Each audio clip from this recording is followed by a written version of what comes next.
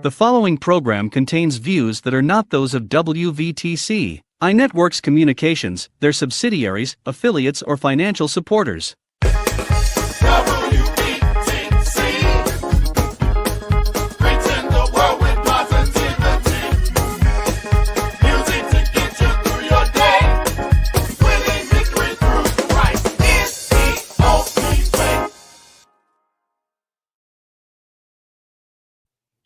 Good morning, good morning, good morning, good morning. Welcome back to another segment, My Vision, My Journey, where I am sitting very comfortably in the visionary boardroom where only like-minded individuals can sit at this table. And I'm super dope excited because I got a person in the room, y'all. She might be new to you all, but she's not new to me, y'all. We go way back.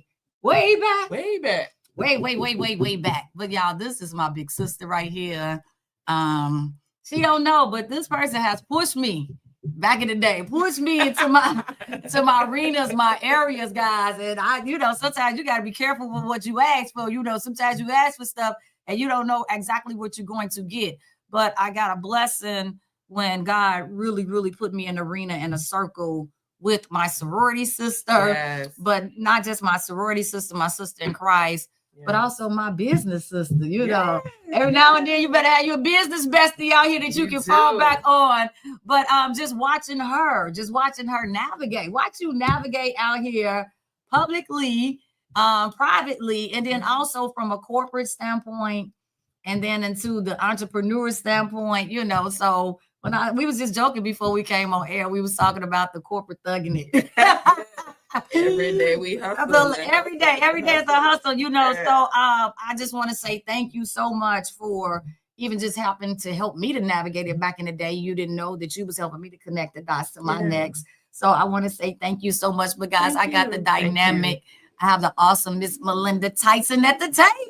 Good morning, everyone. Good morning. So, Melinda, I'm going to let you tell everybody who Melinda Tyson is and what Melinda Tyson has going on, y'all, because she got a whole lot of hats going on today. So I'm going to let my sister go ahead and get that in.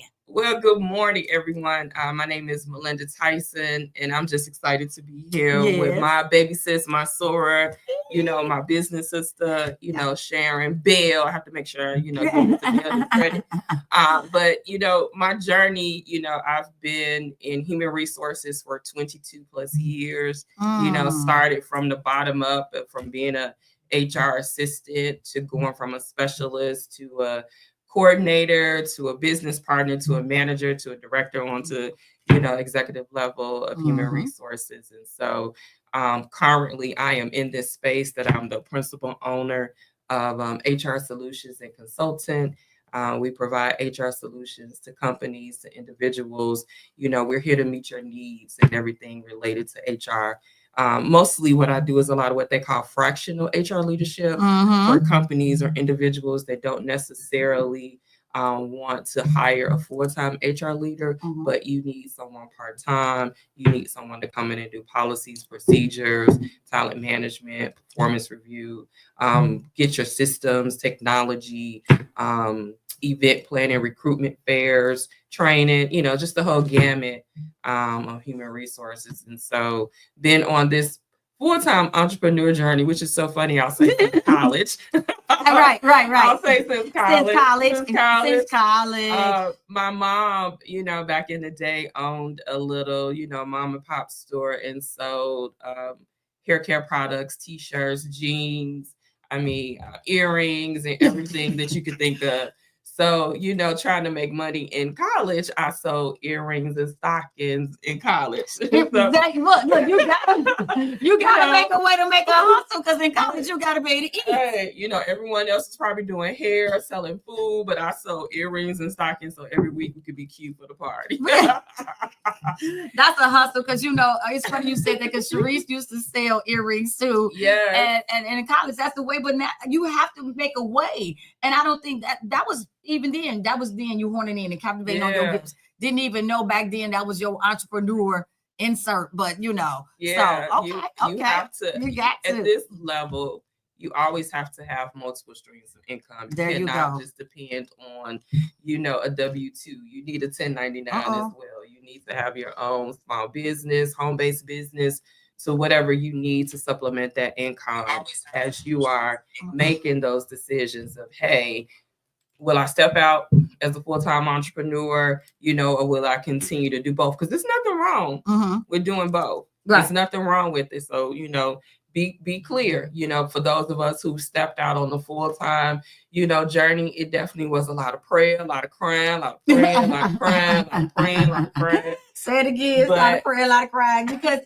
I won't change it for nothing in the world. I'm glad you said that, that you talked something reality, a lot of praying, a lot of crying, a lot of praying, a lot of crying.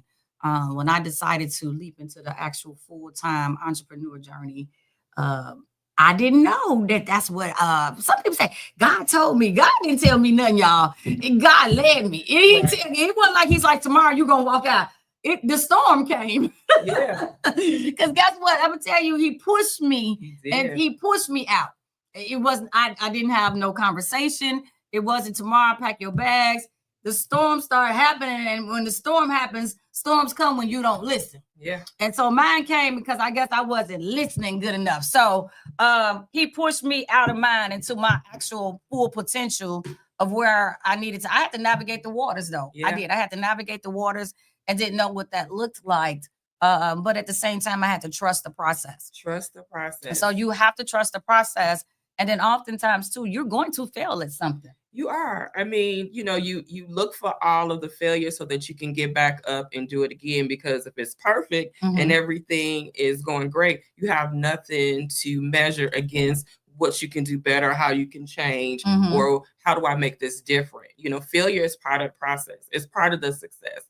Many business entrepreneurs would tell you that, it's probably going to be 3 years, becoming a full-time entrepreneur before you really see things shift, turn around, change, profit. And so I'm all in for it, So HR Solutions, this baby was birthed when again? Wow. So honestly, I have been consulting for a long time, but not getting paid for it. Let's be clear. Okay. But officially on paper, with the license and everything, HR Solutions and Consultant, was birthed officially in 2023.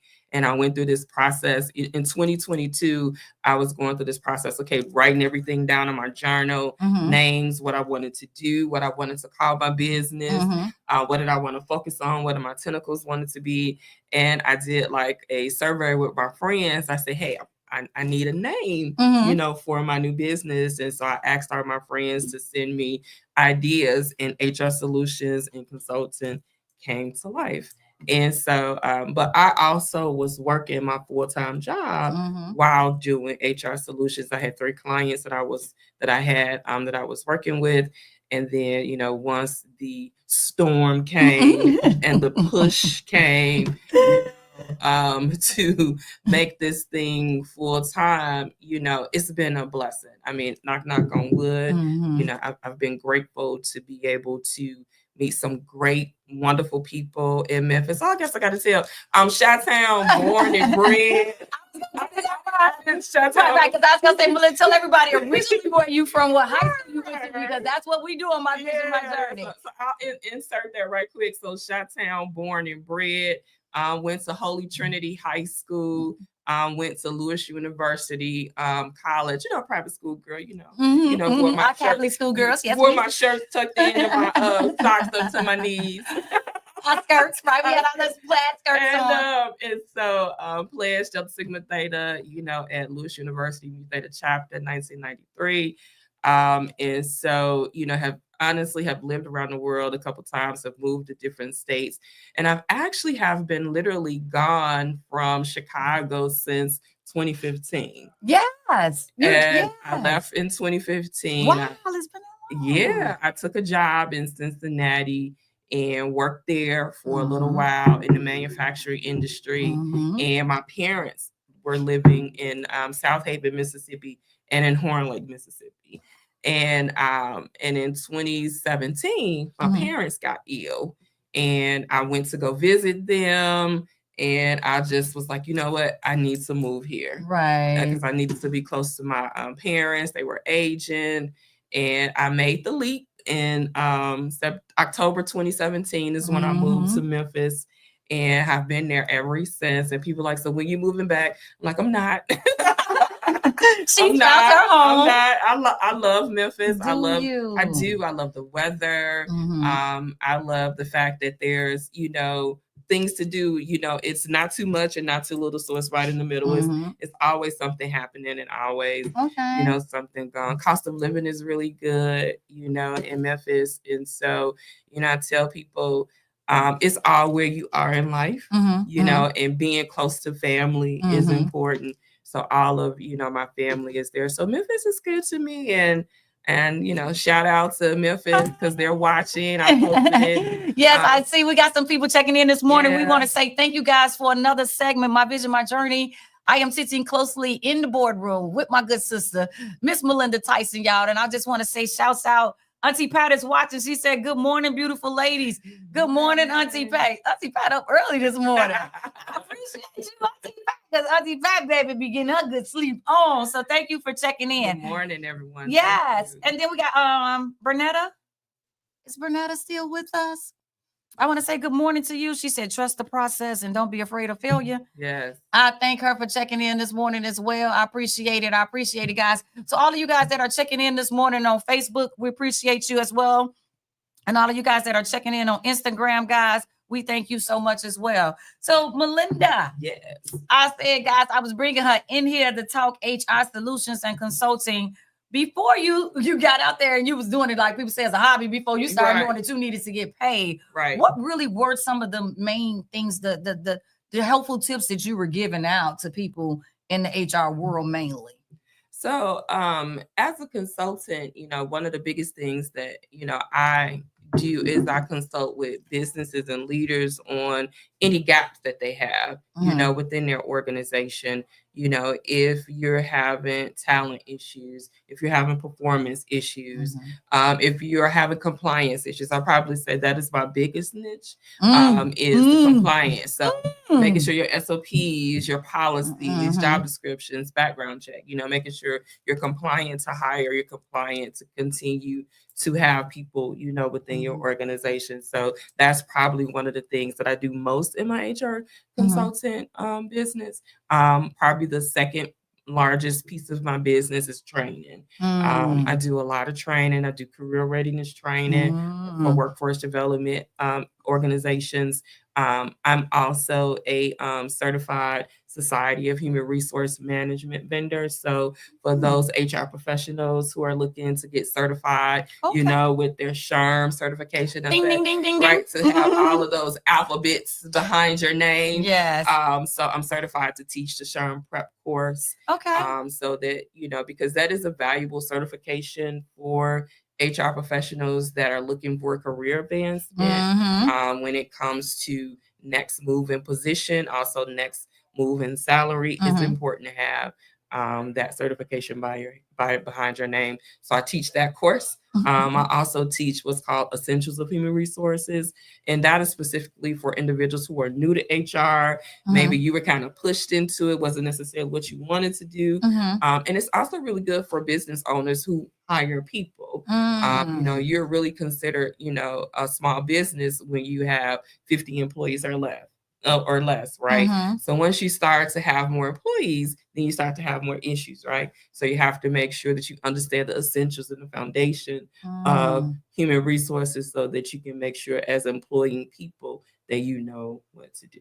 So, yeah. That's awesome you say that. But Melinda, talk a little bit about how you've seen a shift in things from corporate happening now with hybrid, people coming into play with COVID, because I don't understand. I don't know if it's the same because I'm not in the entrepreneur world. I'm not in corporate anymore. So I don't know if there's been a shift or if there's been a pretty much a lackadaisicalness in hiring of people of pretty much with experience, because customer service is different now. It is.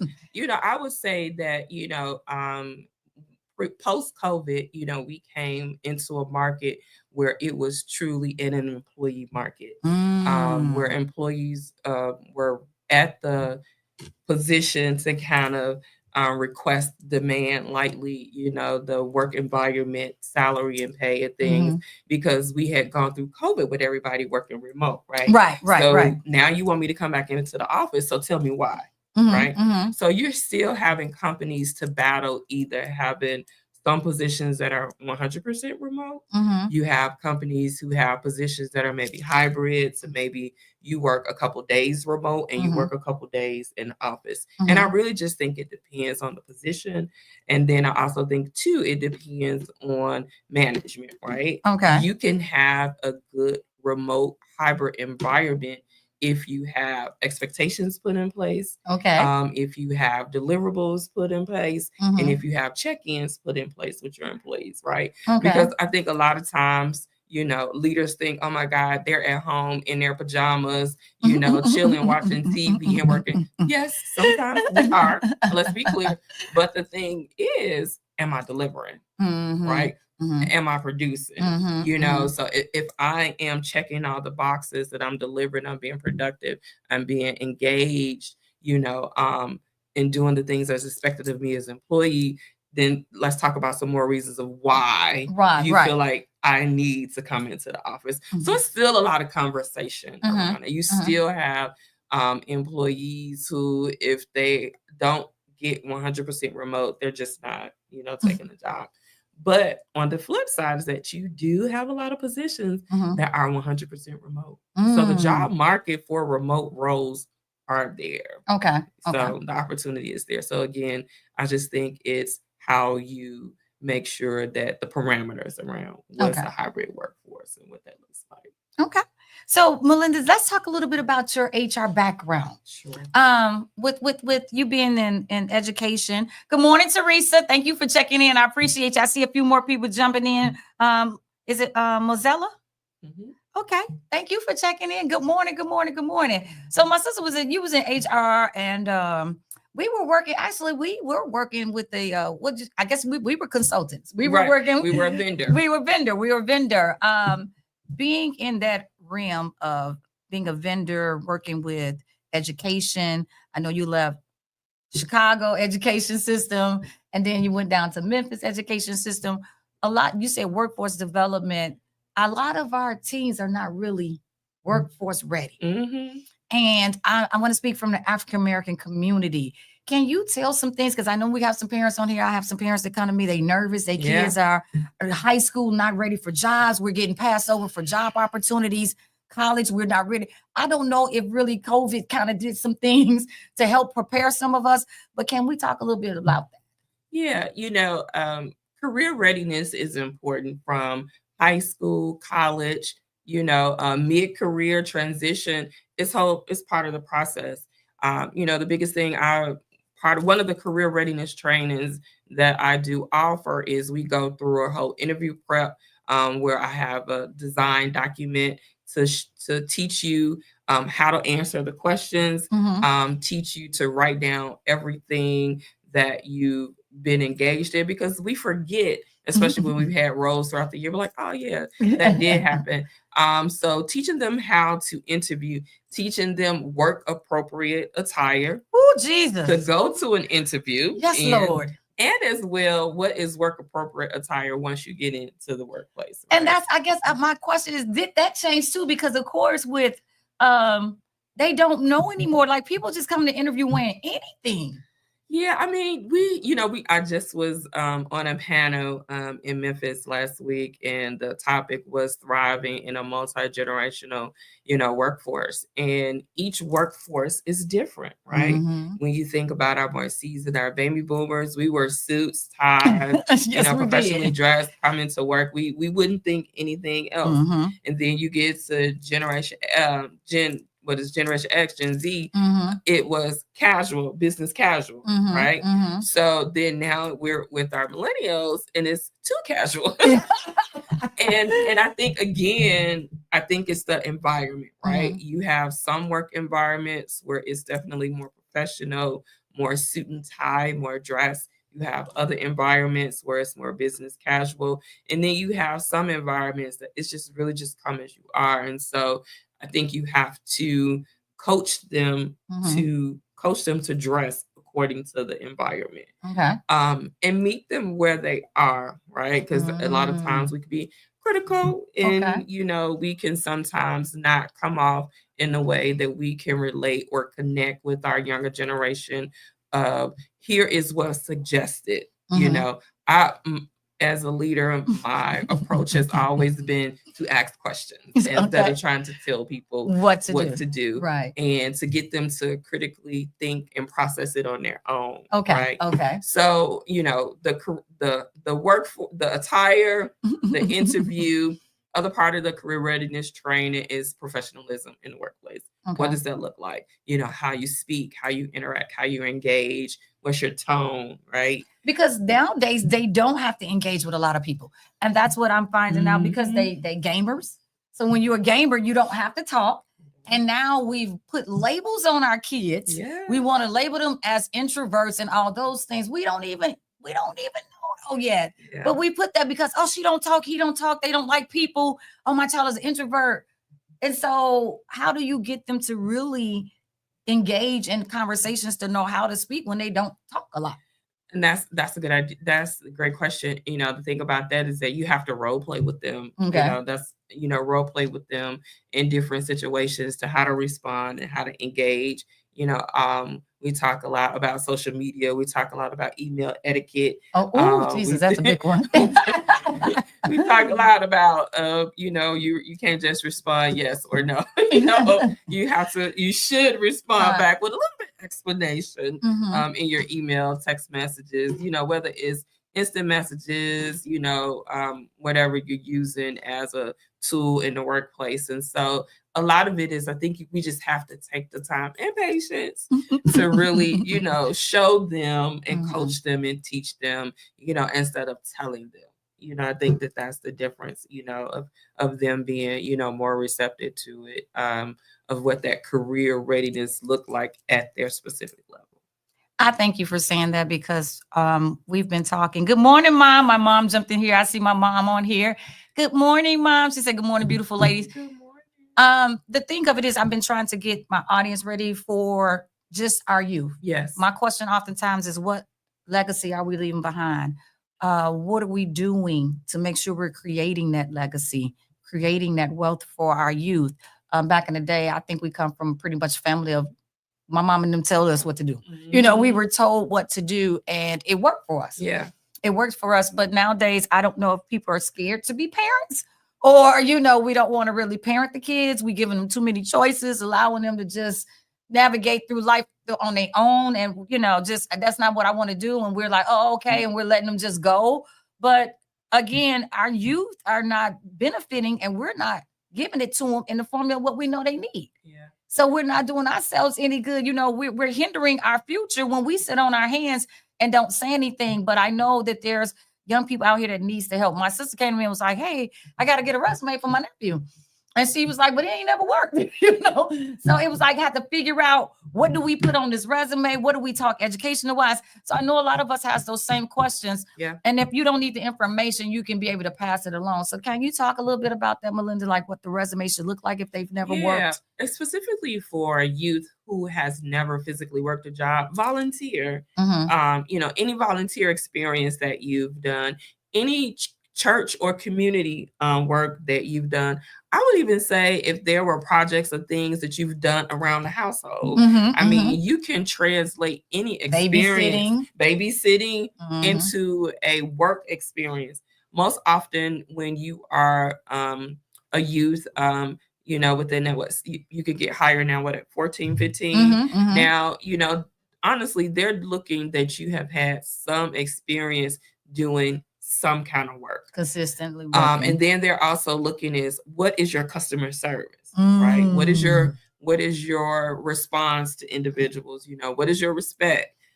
You know, because a lot of those roles of once you're coming out of high school, you know, a lot of those are customer service, retail, you know, type jobs, because I can teach you the technicality of the job, but I can't teach you the soft skills of the job if you don't have, you know, character, customer service, if you can respond, you know, people can hear you. What'd you say? Yes. What? Okay. You know, so, you know, I can teach you the technical part. It's the soft stuff that you have to work on with them to get them ready for the workforce and getting them engaged. Now, with AI coming into play, is that hurtful or helpful for our youth? I think it depends on who you ask. Yeah. And so I am of the mindset that AI can be of a benefit if you use it as a benefit, right? You know, it is not something that I feel like should hinder you or you should be afraid of. Okay. Because the world is changing. It is. It's changing. Either you're going to catch the wave or you're going to be in the storm by yourself. or you're going to be sitting behind. Now, what I will say, AI provides you with an opportunity to get information, outline things that would normally take you longer than if you put it into your, I don't know what, you know, you use Copilot, ChatGPT, or whatever, you know, it gives you the basis. But then the human part is that you have to go in and put the human aspect of it into it, you know, your own thoughts, your own words, and to create it, you know, into the document that what you want to present. I think for youth, especially because I was over hearing a conversation of two gentlemen talking about how colleges and universities were trying to put some parameters around students, you know, using AI.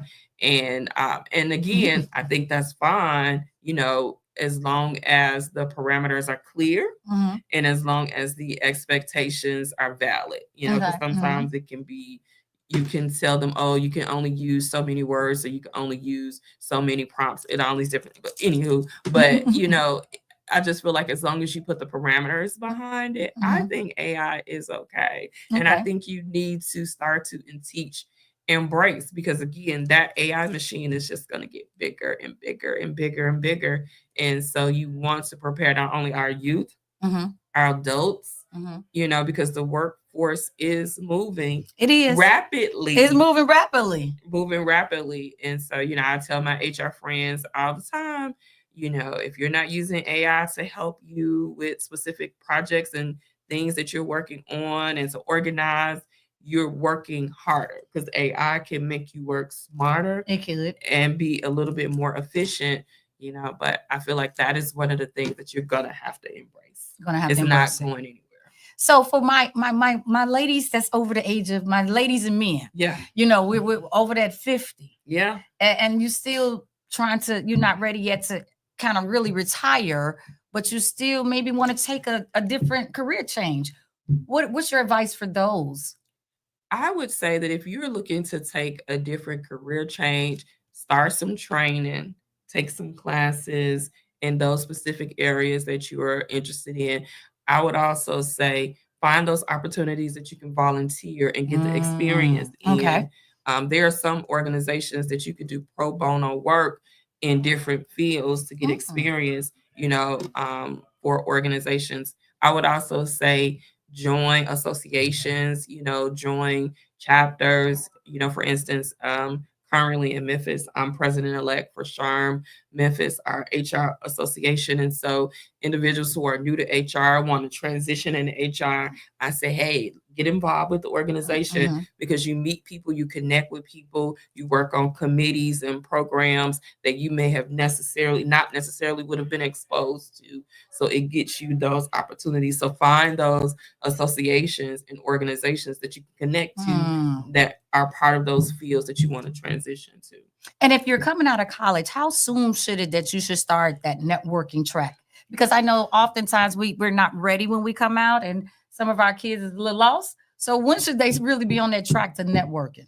I mean, honestly, the networking should start when they're doing interns. But what should I be applying for? Internship. So you should really start applying for internships your freshman and sophomore year. Did y'all hear that, people? Yeah, I mean, because a lot of people are doing interns in their junior and senior year. And depending on some companies, you know, you will do your internship your junior and senior year, and they will hire you right out of college. So that is networking, right? Because you've gone in, you've done your internship, you've obviously done a great job. And so you know, network and connected with different individuals within the organizations, you know, to land that job right out of, you know, college. But I say networking starts at the intern. You know, if you're interning and an organization is having a town hall, you should go. You know, if an organization is having a coffee meet and greet, you should go. If an organization is doing anything where it's an opportunity for you to meet and connect with other individuals within that organization, you should go, because then it'll get you into the habit of making yourself comfortable in those spaces to network and to speak and meet people, and how you greet, and, you know, whether you're giving your business card or whether you're doing a digital card, you know, it prepares you for that environment. Okay. Okay. You know, Melinda has worked for a good number of Fortune 500 companies. And you, I know HR for us is different from African Americans versus Caucasians. And being in that navigation, sometimes you was in the office by yourself. You was that only person. How did you not want to throw in the towel? Like I'm going to keep going, and I'm going to make sure that I'm there for my people no matter what. Right. I think in many organizations, depending on where you go, you will find, you know, the diversity in an organization. And I always say you find your community. You know, if you're in an organization, you know, whether it's employee resource groups, you know, whether it's networking groups, whether it's inside the organization or outside the organization, you find those groups for you, those communities for you. And there are a lot of professional organization for African American HR individuals, accountants, social workers. So, I mean, there really are a lot of organizations. Okay. And I think the biggest part is that you have to be true and show up as yourself, regardless of who and how many is in the office. Show up, be yourself, be your true, authentic self, you know, as an employee, a worker, an individual, a leader, and don't back down. You getting into an area where I want to talk about authentic self. She say just show up as your authentic self, and I talk about it on here because it was some days where corporate didn't allow me to be my authentic self. Corporate started silencing that voice of who I was. It was days where I had to dummy down, you know, because they said that I was too assertive, you know, too aggressive.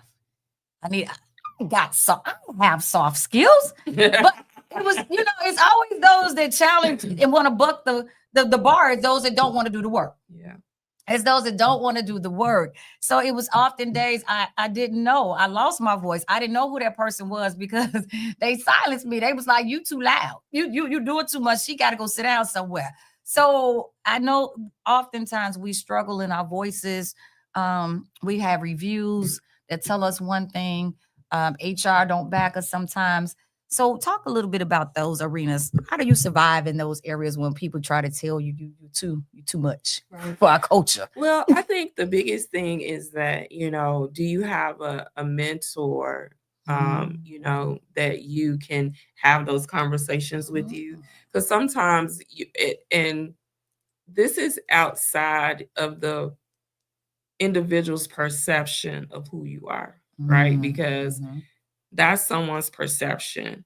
Now, if behaviors and actions are dictating that is what they see and what they are perceiving, you know, that's conversation too. But I think the biggest thing is having a mentor who you can go to and talk to and to say, hey, this is the feedback that I'm getting. This was my response. This is how I said it. This was my body language. This was my tone. This is what I thought about it. You know, was I appropriate? You know, could I have, you know, done it differently, said it differently, or what can I do differently? And I think sometimes we do have to take some honest feedback and approaches to, you know, feedback that we get from individuals, right? On the flip side of that, I do feel like as an assertive African-American woman, as a leader, as a woman who have led a team, managed, you know, big dollar budget, as a leader who has sit, you know, with my peers, there are often times, you know, when you do have to speak up. You do have to, you know, assert yourself into some conversations. And I feel like it's a time and a place for it. and I'm just being honest. I feel like, you know, there is the moment of when you say, and there's the moment of when you don't, and when you observe, and then there's the moment that you say it publicly, and then there's the moment that you need to have that conversation with someone one-on-one to address or identify their perception. And I say perception because everyone's perception is their own reality of what they think is happening or what's probably not happening. So having that good feedback, having that mentor, and then being honest and say, okay, can I take a different approach? You know, can I say it differently? Can I do it differently? Because I mean, those microaggressions have been happening and occurring in the workforce for many, many years. And I don't necessarily think they're going away. Okay. But I do feel like you can control how you respond, how you engage, and how you react to get what you need. And I think that is the biggest part, is you take responsibility for you, because you can't take responsibility for other people. Right. You got to take responsibility for your own self. Yeah. I thank you for saying that, my sister, because we don't know. I think sometimes when we're navigating through things, or we're overlooking positions, or why we didn't get the position, or why we're being told, you know, that, oh, you're next in line. And then oftentimes when you don't get it, do we go back and ask the questions on what happened? I even found that out in the entrepreneur world with grant writing. They said with the funders, we went to a meeting with funders. Funders said, if you don't get the grant, call them. Yeah. And ask, what did I do to miss it? Yeah. You know, and is that appropriate though? If you don't receive the position you went out and interview for within your company, if you're inside the company, is it okay to follow up with HR and say what happened, or where did I fall short at? Yeah. Well, it depends on who you're interviewing with. If you're interviewing directly with a hiring manager, the person who you'll be reporting directly to, then I think that it is appropriate to go back and say, okay, tell me, what is it that I need to work on? You know, what are some skills and talents that I need to increase? You know, is there any training, or are there other opportunities or positions or projects that I can work on that can give me that opportunity to expand, you know, my talents and everything. And I think that that's fair. Okay. And I think that, you know, employees should go and ask that question. A lot of times you have individuals who won't go ask, right? But then they turn to cancer. They be running around telling everybody. And then it turns into, you know, something very negative. It turns into, you know, now you have a bad employee. You have somebody who has an attitude. When only if you just would have asked to have a meeting to ask the question. And especially if you have a mentor or someone that a mentor or coach, someone that you're working with, you say, hey, prep, this is what I'm thinking. This is what I want to do. Tell me, how do I do it? Tell me, what's the approach? Tell me, what do I say? What do I request? So that person, because a lot of times, most often, your mentor or coach to be someone outside of the organization. So then, because then they have an objective view, so that they can give you their feedback and they can tell you what to do. So I think you got to go back and ask. You can't be scared. You can't be afraid of the feedback. One of my bosses, she always said, feedback is a gift. So it's how you take it, and it's how you receive it, and it's what you do with it. Okay. So before we get ready to close out, sister, is there anything special you want people to know about HR solutions and consulting? I see we got some things in front of us. Is this your journal book, honey, with your face on here? This is my journal book. Mine over here don't even have mine, but she got her face on her journal book. Look at that. Look at that. Look, honey. I want to give a shout out to my sister journal, Sora Stephanie, who's in Memphis. She made this for me. This was a birthday. This was a gift from Sora LaShawn. And so she took pictures and she made me this book. So this is my favorite journal that I write everything down in it. So I love it. But check her out, sisterjournal.com. She has beautiful journals. You know, I would say that the biggest thing of coming into being an entrepreneur and what HR solutions and consulting is about is that we're here to provide services for all companies of all sizes. So, you know, whether you're looking for an HR audit, you know, whether you're looking for someone to come in and update your handbook, whether you're looking for someone to help facilitate employee relation conversations and discipline, whether you're looking for someone to do recruitment fairs, you know, job fairs, we do that. And again, I would say specifically to the individual, if you're looking for career readiness training to get you ready to transition into that next career, if you're looking for the SHRM certification prep training, we do that.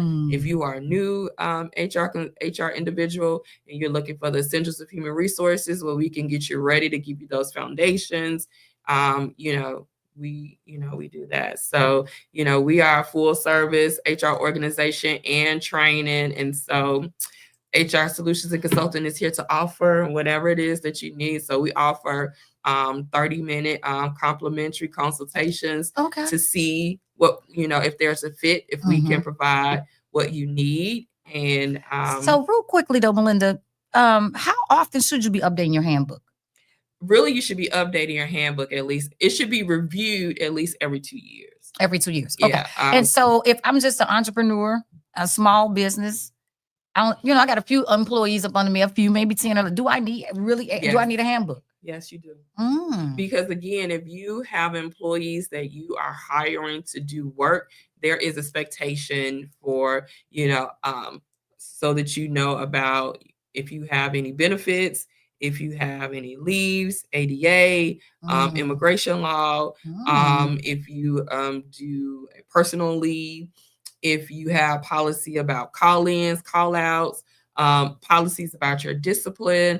I mean, regardless, you should have an employee handbook, whether you have 5 employees or whether you have 100 employees, because the work is the work and the people are the people.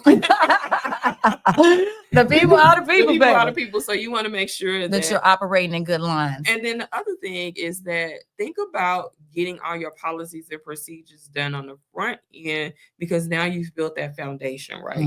So as you continue to grow and you grow more employees and you grow your organization, then you just build on your policies, right? Because again, as your organization grows, your policies and things will change as well. So I say you should be reviewing your handbook at least every 2 years to see if there are any updates or changes that need to be done.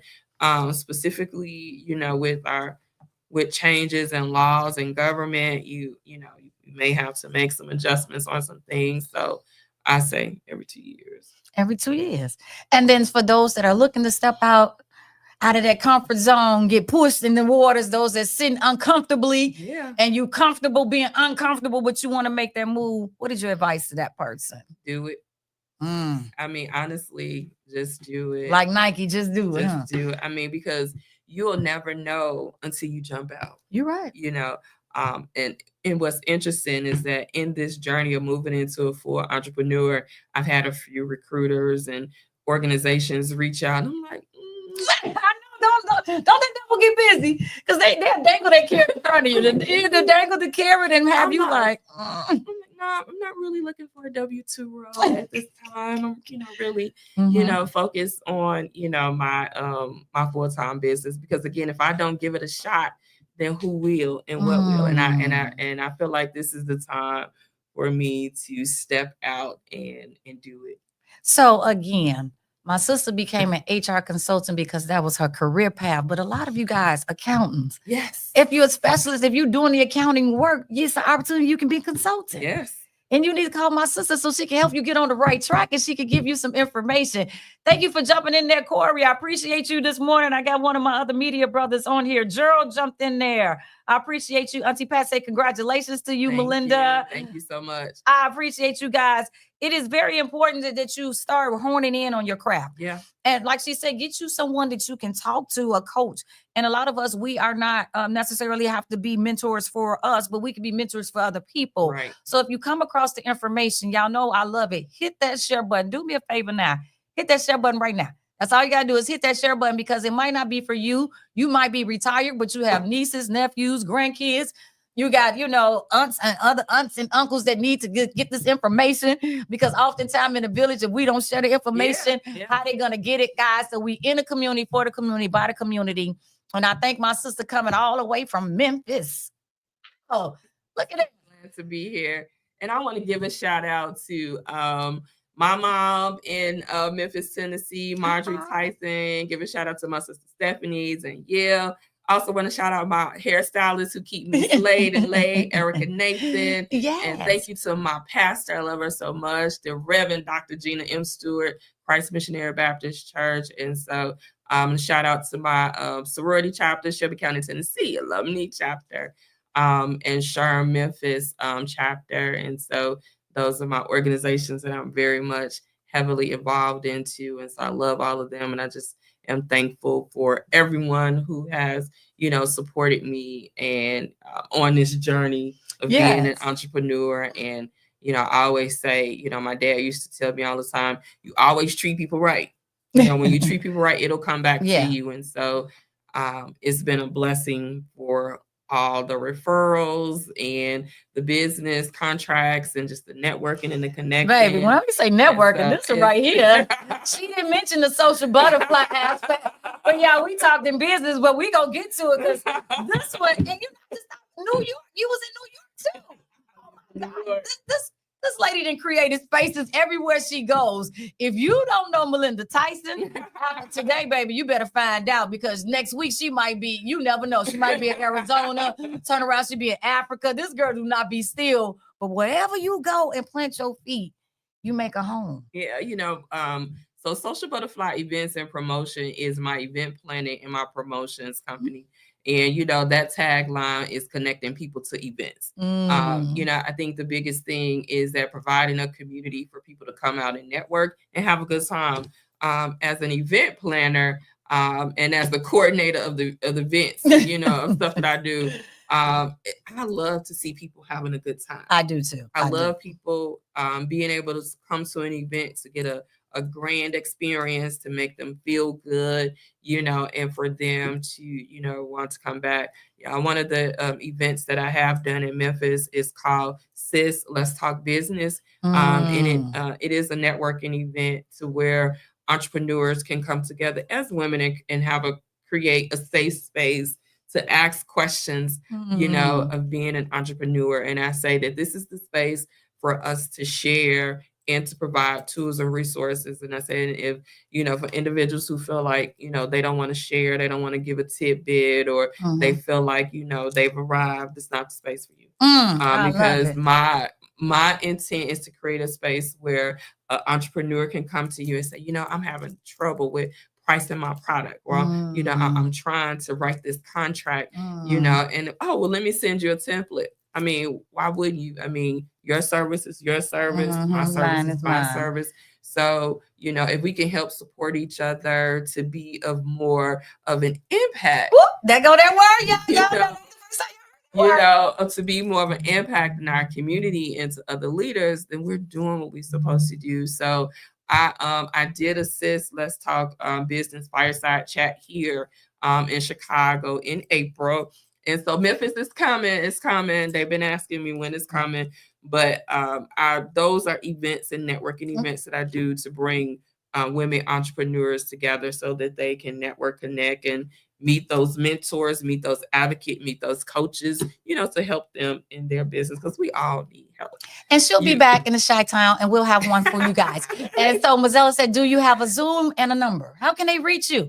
HR Solutions. So my website is hrsolutions.com.